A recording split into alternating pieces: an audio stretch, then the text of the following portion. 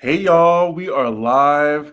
This is Pop Quickie, where I'm just coming in to just give y'all some just quick opinions on what's going on in the Bravo universe. Look, I'm going on vacation for maybe 2 days for the weekend, for Easter weekend. Totally forgot.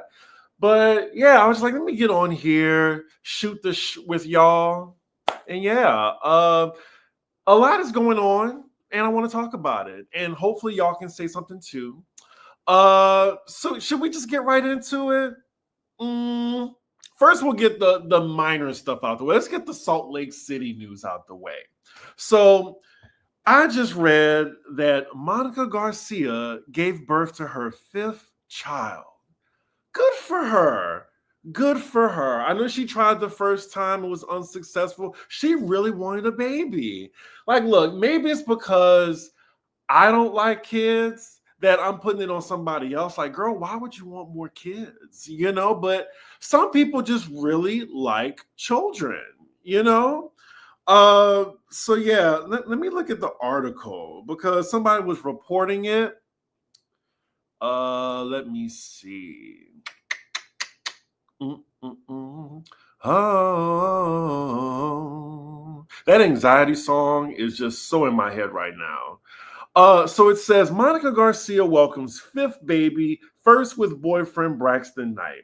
The former reality star announced the baby's birth in an Instagram post on Thursday, April 17th. She is officially a mom of five. Let me see. While Garcia didn't reveal any other details about the baby, the video showed a close-up of the little one wrapped in the purple swaddle. And I remember she's known for her swaddle business. No one wants another deranged fan on the show. Congrats to her. Go live as a private citizen. I hear that. I hear that. She said getting pregnant at 40 was never the plan, but just like the last couple of years of my life, nothing has gone to plan. In addition to her newborn, Garcia is a mom to daughters Bree, who is 19, Jaden 14, Wes 8, and Kendall 7. Damn. Whom she shares with the ex-husband Mike Fowler. Wow. I mean, I really think we're not going to see Monica ever on the show again. And hopefully the upcoming season, we won't even have to hear about Monica. She's just an afterthought now. She is I will say she has gone down in history as one of the, I guess, the most notorious one-season wonders of all time. Don't y'all think? Who else would be on that list of one-season wonders of all time in the Housewives stratosphere? Maybe Anne Marie? Esophagus. Something in her esophagus. Maybe someone who left more of a mark. Carlton. Ooh, Carlton. She hated Kyle. She hated Kyle more than, I would say, the worst Kyle Richards fans. Ooh, Claudia Jordan. Claudia Jordan, because people still talk about her Nene Reed. She got her together a little bit. I still think it was 1-1 in that moment. You know what? Top three. Monica, Claudia Jordan, the girl from DC who crashed the White House and got the show canceled. I think her name was what was her name, y'all? Michelle? So yeah, Carlton would be top five. That is a good point. See, that's why I have y'all as co-hosts. Top 3 one-season wonders. Monica Garcia, Claudia Jordan, and the bitch who got DC, a whole new franchise, canceled. And they didn't even get a second season, right? It was just the first season. Damn. And I actually like Real Housewives of DC. But yeah, congratulations to Monica. Cause I feel like, yeah, you ain't never being on Bravo again, Toots. Maybe Traders? Maybe. Oh, you just put it out there right now with Brit, huh? Ooh, I got some Brit tea for y'all, and you heard it here first.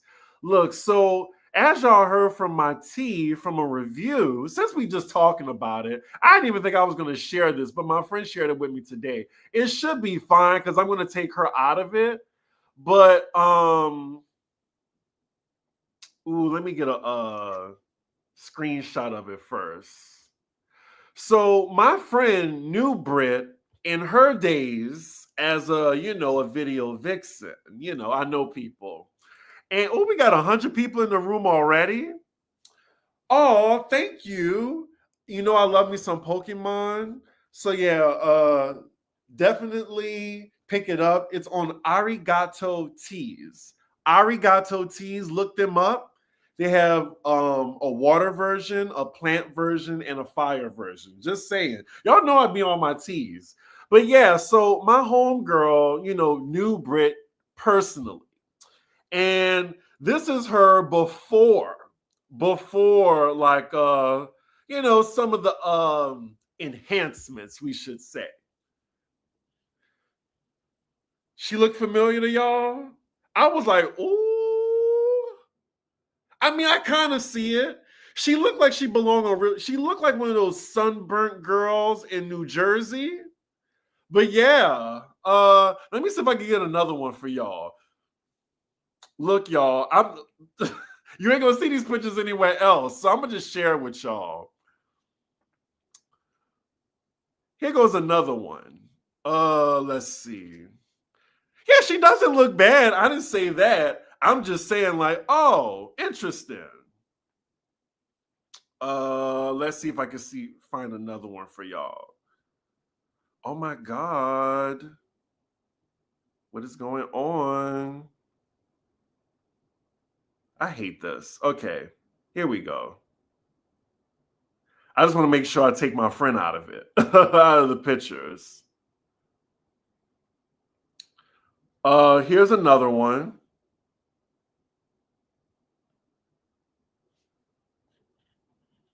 Yeah, I mean, it's just, I'm pretty sure she sound different or whatever. But yeah, like,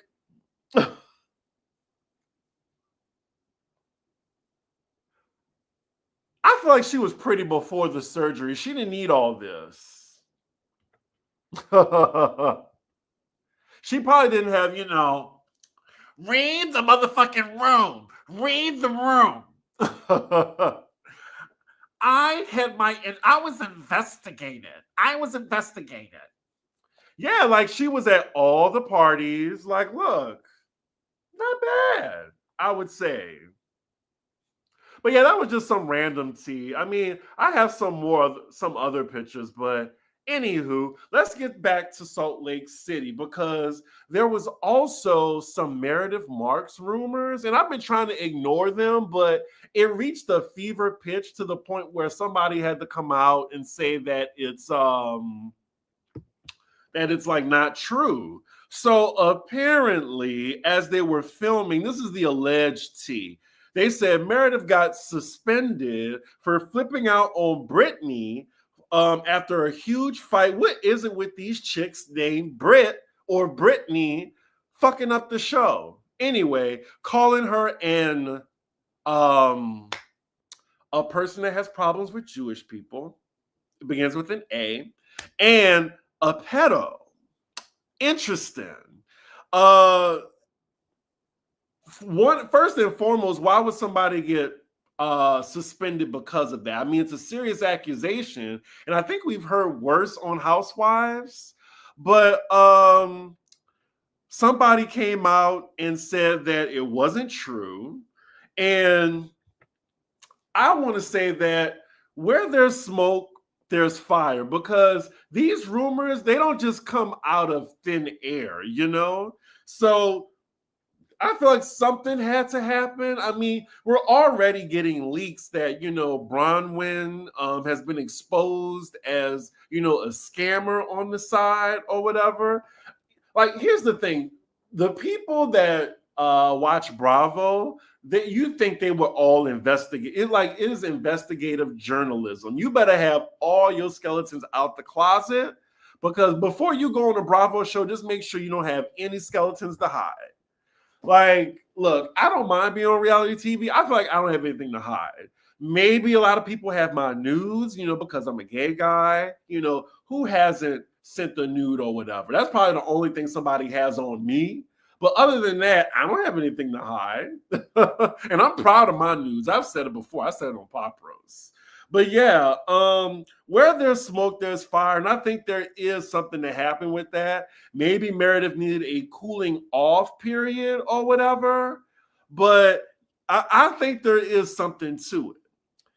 And look, I can't wait for Salt Lake City to come back. Like that cast, look, best cast on Bravo so far. But look, the reunion of the year is still goes to Potomac. Shockingly.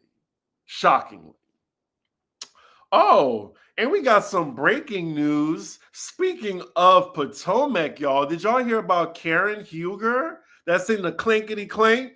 Clankety clank. Drop the soap. Karma's a bitch. Yeah. That Karen Huger. Let's see. This is according to OK Magazine. Not Bravo be locking people up. And thank y'all for tuning in on this random Friday. It's my off day. We just shooting the shit. So hopefully, my random rants don't bother you. This is like strictly live. Everything is off the dome right now. And I'm just giving y'all my random opinion right now. I know I don't have it all together like some YouTubers. Just saying. It's just me. Anywho, so yeah. This is according to OK Magazine. This came out earlier today. Karen Huger denied work release from prison after DUI. Karen Huger, who is currently incarcerated, was denied a work release after she was found guilty in her DUI case. She was sentenced to 12 months, attempted to apply. Oh my God, y'all. I hate that, like all these damn ads. Sorry, y'all. Ooh, these cheap sites and their ads. Anyway, Huger, who was sentenced to 12 months, attempted to apply for a work release as soon as she was eligible, which would have taken her to a facility that is like a college dorm, then a jail. Her application was approved by the corrections officer, but the Grand Dame of Potomac needed a judge to give the final approval, and it was denied. She drew the wrong judge. Defense attorney David Moyes explained of Judge Terrence McGain, who issued a disapproval of transfer for Huger. Let's see. Huger will now have to finish out the remainder of her sentence at the Montgomery County Correctional Facility in Maryland, due to the fact that she's already served 2 months and is stacking up good behavior credits. Breaking news, she will be out by as soon as November. The star declined to be interviewed, but her attorney explained while the prison she's in offers some in-house treatment programs, a work release center would have been more treatment focused and made it so Huger could return to an outpatient treatment program she'd been attending before being incarcerated.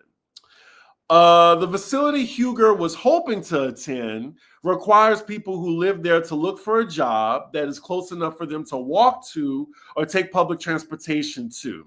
So maybe like a Walmart greeter. I would like Karen to do that. I mean, it would keep her out of jail.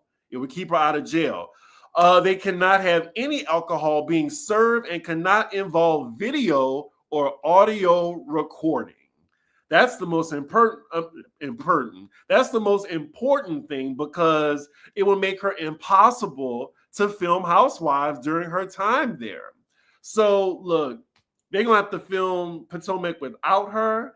I still don't think we have a cast yet that's filming. But look, y'all, if Candace is on that season and Giselle, I'm gonna just be like, told you so, because that is gonna be a recipe for disaster.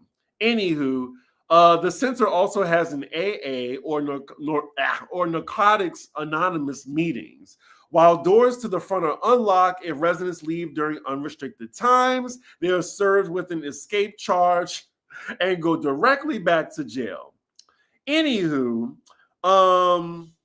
let's see. While Karen Huger's co-star Giselle Bryant claimed the reality star was initially offered, listen to this, y'all. Her initial deal allegedly was 6 months of home confinement and wearing an ankle monitor in exchange for pleading guilty.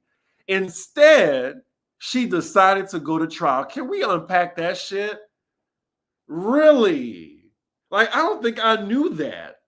Like, all she had to do was go to the judge, plead guilty, and admit fault. But no, she thought that she could work the system yet again.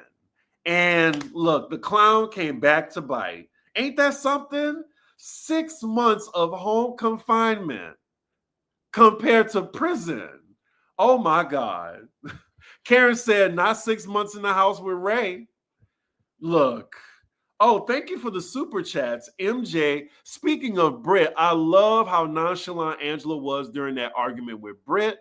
Angela is definitely my favorite. Same here. Peace Mateo, thank you. Kern working at Checkers. Well, her playing checkers got her in jail instead of playing chess. That is so crazy to me, y'all.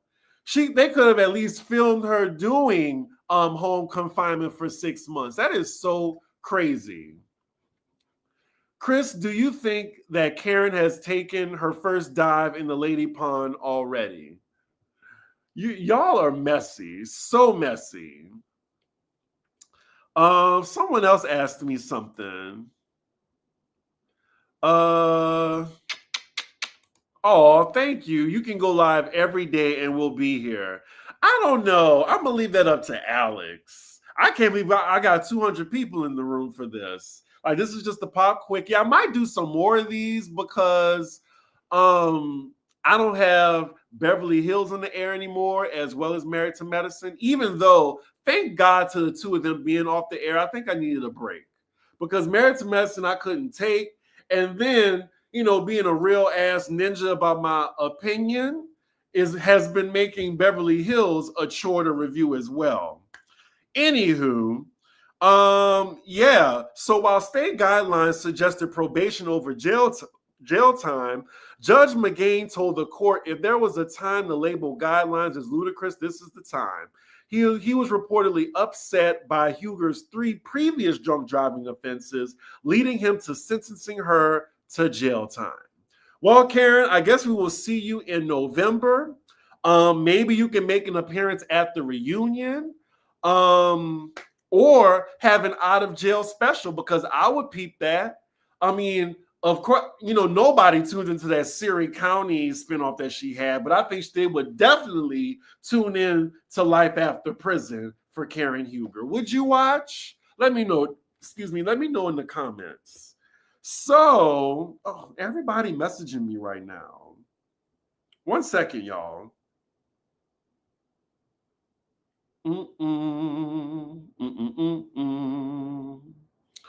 Anywho, so yeah, on to our next story.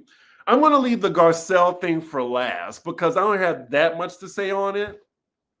So Kenya Moore's show, her YouTube show, debuts tonight. What do we think she's going to talk about? Is any tea going to be spilled? Like, I'm off tonight, so thankfully I'll be able to watch it. Does anybody know what time it comes on? You know what? Let's just check YouTube right now on Kenya Moore's channel. Because I'm just wondering, is this just going to be like a scam for a click and a view? Because I'm going to be pissed if so. Kenya Moore channel? I don't even see it. Kenya Moore YouTube channel. Where is it? It's not even coming up for me. Child. She better not be giving us the okie doke right now. Because I don't see anything right now. Oh, it's at 8 Eastern? Then why can't I find her YouTube channel? Let's see. Kenya Moore official. Damn. Shout out to House of Aaron because every time I type in Kenya Moore, his video pops up. That is hilarious. You put your own name up and videos about you come up instead of your channel. I'm trying to find it. Kimora is across the street. Kimora is across the MFN street. What does that mean? Oh, I equate some Beverly Hills viewers who have all the smoke to Potomac viewers who came in season 5 fight night, 24/7 rage posts. Exactly. I kind of compare it to that as well. There's just, there's the Beverly Hills crowd that's been there since season 1. And then there's the Beverly Hills crowd that came in once, Garcelle came in. And it is what it is. Ain't no tea, no shade. It just is what it is.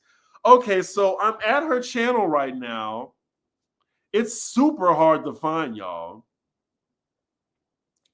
I think this is it. It has 4,580 followers. All right, well. Oh, yeah, I can't really play that right now for y'all. But yeah, I don't see any time right now, but I'll be watching. I'm really curious of what she has to say. Oh, you're saying Kimora should join. Yeah, so my 2 picks, and I was about to actually post this. These are my 2 picks for Beverly Hills, actually.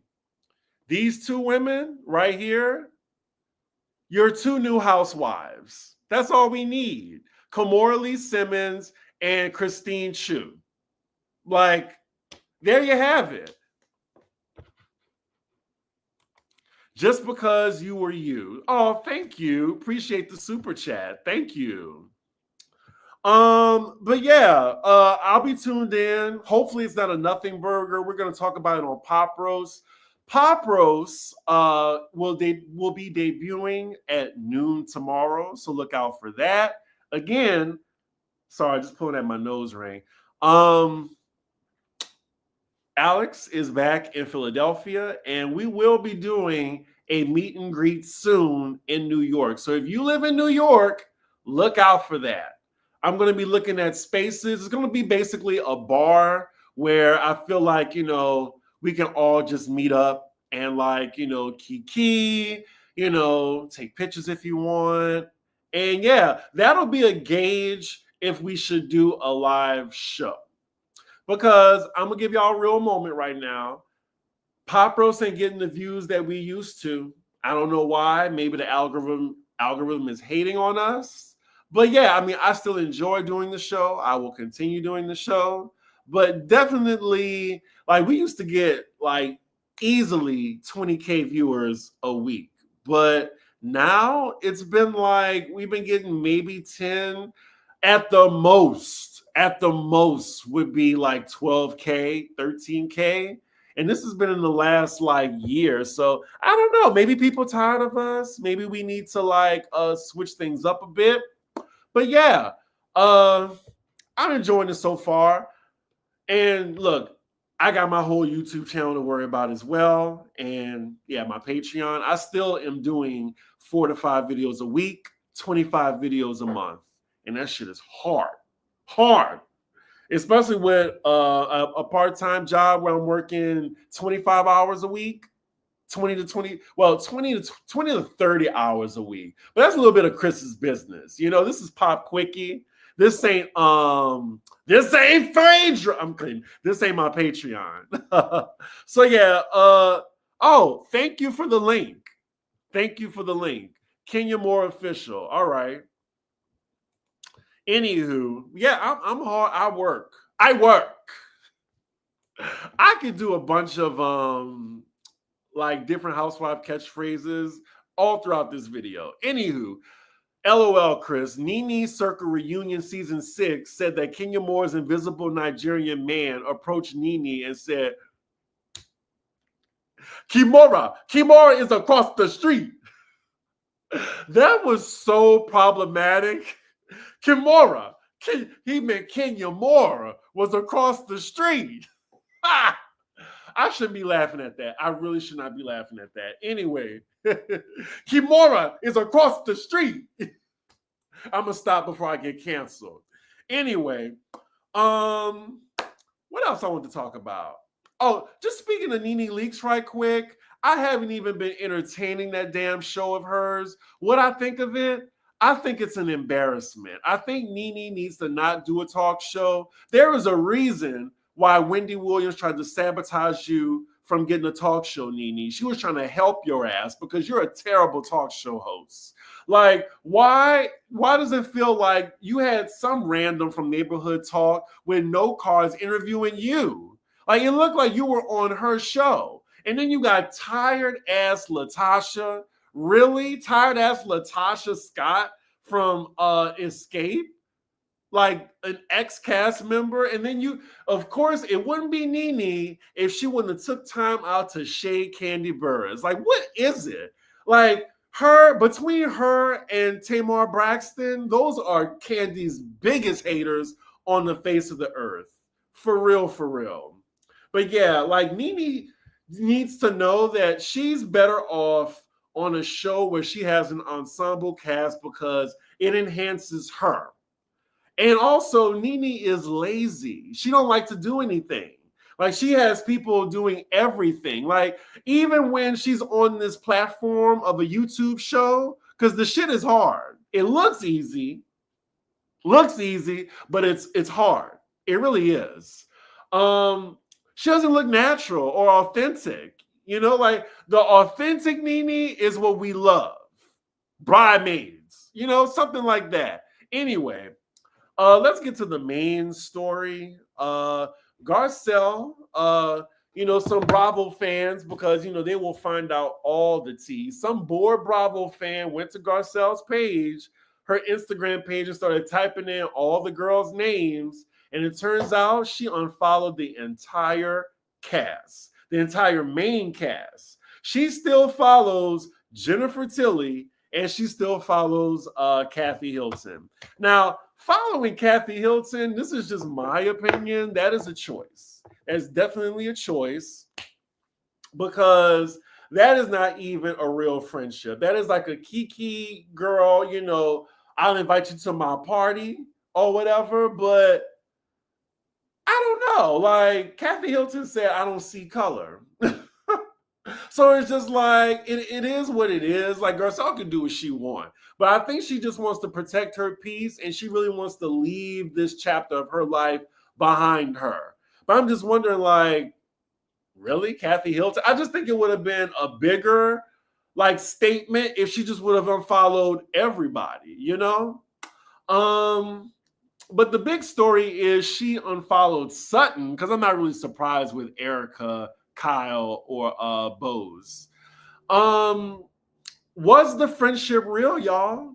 Was the friendship real? Because after this, it just feels like maybe it was just an alliance that, like a friendly alliance that, it wasn't a friendship, but it was like an alliance that just worked on and off the show. And you know what? It's really funny that Erica said on a previous season that she said it to Garcelle. Excuse me. She said that Sutton is going to be a liability for you. And then, Garcelle thought, oh, what are you talking about? No. Did it come true? Because it seemed like the reason why Garcelle didn't get to know any of the other ladies was because, she was so busy sticking up for Sutton. And after all this time, they've been friends for a good 4 years? It's kind of sad how it went out. Like, I can't wait for the post-reunion interview, because I have so many questions for Garcelle, because I'm just wondering,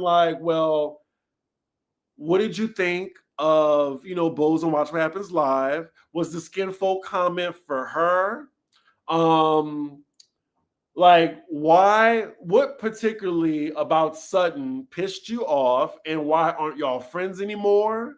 I want to know. For real. Like, it's just, they were like the dynamic duo.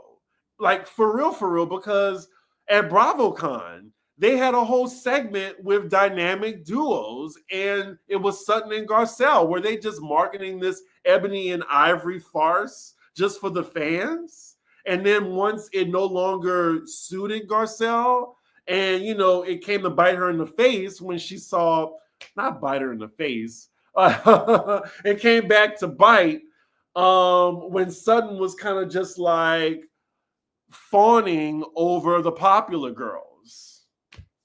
Garcelle was Sutton's default friend. That's what it seems like. And it's just kind of sad because I really thought that the friendship was real. And now I don't know. I don't know. Bose also posted something real shady today on her Instagram. It was a subliminal. Let me see if I can find it, y'all. Give me 1 second.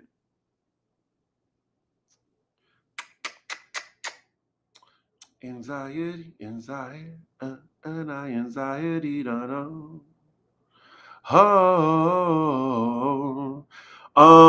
Let's see. So Bose like just put an all black screen, and she put, imagine being mad at me, but I'm just basking in God's favor. Who was that for?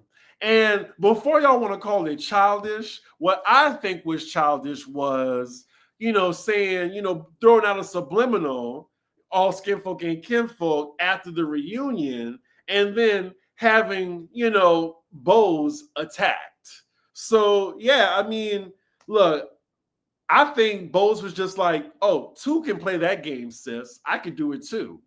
And, I hate that we have this Cold War between Bose and Garcelle. It really is unfortunate. And yeah, like I said, people ain't watching Miami, but we got two women of color. Well, technically, the whole cast is women of color with the exception of, I think, Julie. But there's two black women on Miami, and they're fine. They're fine. So yeah, I don't know. Like, why couldn't we have two black women on at the same time? Hell, actually, just speaking of that, it didn't work in New York. Remember when they tried to have Ebony and, I forgot the other one, Bershawn on New York? And it felt like there was some tension there because remember, Bershawn wasn't invited to Ebony's, what was it? It was like a sham brunch or something, not a shaman dinner or something like that. Black Shabbat dinner. And she didn't invite Bershawn, which was weird to me. Like, why doesn't it work? And Bershawn was actually a better fit on New York, which was crazy. But I feel like Ebony just had more sex appeal. Bershawn, she was just more so like, I felt like they wanted someone like, I'm not even saying Bershawn wasn't beautiful, but it was just, Ebony was more marketable. Read between those lines. Anywho, let me read what y'all saying before I head out. I do think that, look, Garcelle wants to, find her peace or whatever by unfollowing everybody. Fine. She can do what she wants. Still, I still think the walk-off was a cop-out. I still think she should have left part one. It's just sad that her and Sutton went out like that. Like, they really found their weakness and exploited it, and now it really just blew up their friendship. Let's see. I think they were really friends, but unfortunately, Garcelle saw her friendship was never enough. I agree with the pin post under Brooks' review, saying the friendship she had with Sutton really did seem to impede her ability to form friendships with the other ladies. Yes.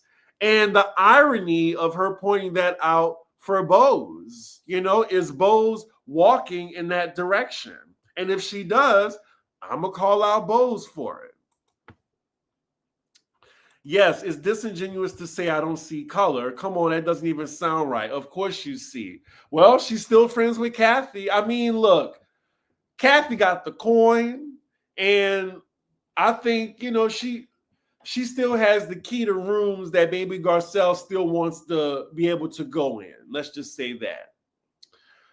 One thought it was a friendship and realized at the last episode and reunion that it was just a work friend. I think she was deeply hurt and stuck in her emotions. I can see that. Sutton's drama came out this season and it exposed how Garcelle's friendship was never enough because she wasn't one of the popular girls. Sutton just wanted to be chosen. Mm-mm-mm. I think you're being up to that something else happened behind the scenes that we didn't see. It's obvious in my opinion. Yeah, something else have had to happen for Garcelle to just be like that. Because I think we all thought that something happened for her to just be like, I'm out. But for it to be that, oh, I'm still stewing from after part one, where she could have left at any time. Like, this was 7 hours later. Could you imagine? Like, I really thought it was going to be something Sutton said. But speaking of that, I do think that when they were saying their biggest surprises at the end of the season, she said, Erica, I think that was the straw. That was the straw that broke the camel's back. Let's see. Not do you engage in white supremacy. Where was Kyle's walk off? I hate this editing team. Oh, she walked off? Did they even show it in the uncensored version? Also, they didn't show Kyle walking off the set twice when asked about Mauricio. Interesting. Oh, Chris, did you see the HBO Max Hollywood Demons episode of The Housewives? I saw a clip of it about Taylor Armstrong on Beverly Hills, and it was really disturbing. Very, very disturbing. Like, she was going through it behind the scenes. It was crazy. Kempire says something else had happened, but I can't remember what it was. This may be a reach, but I feel like Garcelle had gotten wind that this was going to be another cast member's takedown so that she would be intentionally ill-prepared, and she went through that first. I mean, was it a cast takedown? It was something that she said, and she stood 10 toes down on, but no one else was going to stand on that with her. Like, you're accusing somebody of a crime, basically. And I'm not trying to, vouch for Dorit in the slightest, but still, I think Garcelle should have been aware of the ramifications that was going to come with mentioning that. Like, did you really think Dorit was just going to be like, oh, okay, Garcelle, I understand. You thought my husband did it. You thought he put my kids and my life in danger for that. You thought it was fraud. What?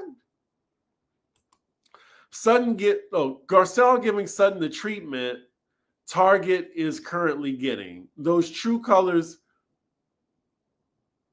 What does that mean? True colors came out and we decided to bounce. Oh, okay, I see what you're saying.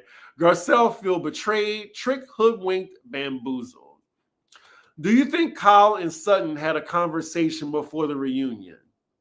Knowing Kyle, maybe. Like, she did it with Dorit. And look, it seemed like Sutton contradicted herself when she said, I will not bow at the altar of Kyle Richards. It looked like she sacrificed Garcelle at the altar of Kyle Richards. Garcelle got the standard Housewives treatment. She said something crazy, turned tail, and hides behind a graceful veneer. Oh. Would it be surprised if Reba told Sutton to drop Garcelle as a friend? I know it's a reach, but made her mama bothered by, oh my God. Y'all need to proofread the comments before y'all write them. Y'all gonna give me a stroke on camera. Yeah, I do believe it was a takedown. I think they put her in the hot seat to force her off the show, just like they did with Denise that season. I don't know, because she still had Sutton's back. Jennifer Tilly, I'm sure, had Garcelle's back. I stopped watching Beverly Hills after Taylor's abuse details came out. Interesting. I call Reba with the hard R. Thank you for the super chat. Badgie BB, call me Stacy. I think that Dorit and the Mean Girl crew have said and done way worse, and they just piled on her over one mistake. I don't think she is really mad at Bose. Well, if I was Bose, I would be mad at her. Because you knew what your subliminal was going to do when you posted it. It is what it is. Yeah, I don't think it was a takedown either. She was simply held accountable for what she said. Yeah. Like, I've seen a takedown, and that's not a takedown.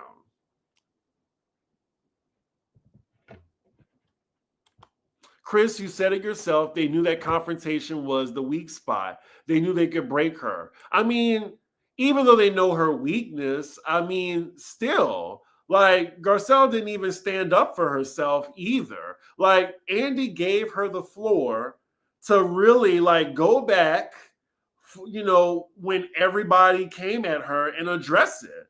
Like, I was watching Brooke Ashley's review last night, and she broke it down wonderfully. Like, she said that, okay, well, Garcelle, with this moment, you should have went back to Kyle and dragged her ass about calling her a mean girl, and then went back and dragged Erica, and then made sure Dorit knew what time it was too. But she didn't do that. She didn't do that.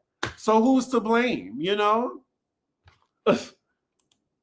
And Garcelle has other qualities that make her a good housewife. I never say she wasn't a good housewife, but it looks like confrontation. Now that they know her weakness, they know that, well, she'll say something in the confessional, but not even back it up in person.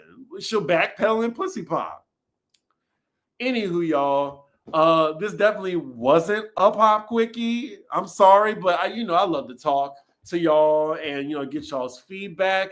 Anything else, put it in the comments. I've already gone over, but catch me for the next pop quickie. I like doing this. We'll just do some random hot topics, maybe Bravo topics. So yeah, with that, y'all, make sure you like, comment, and subscribe, and I will see y'all for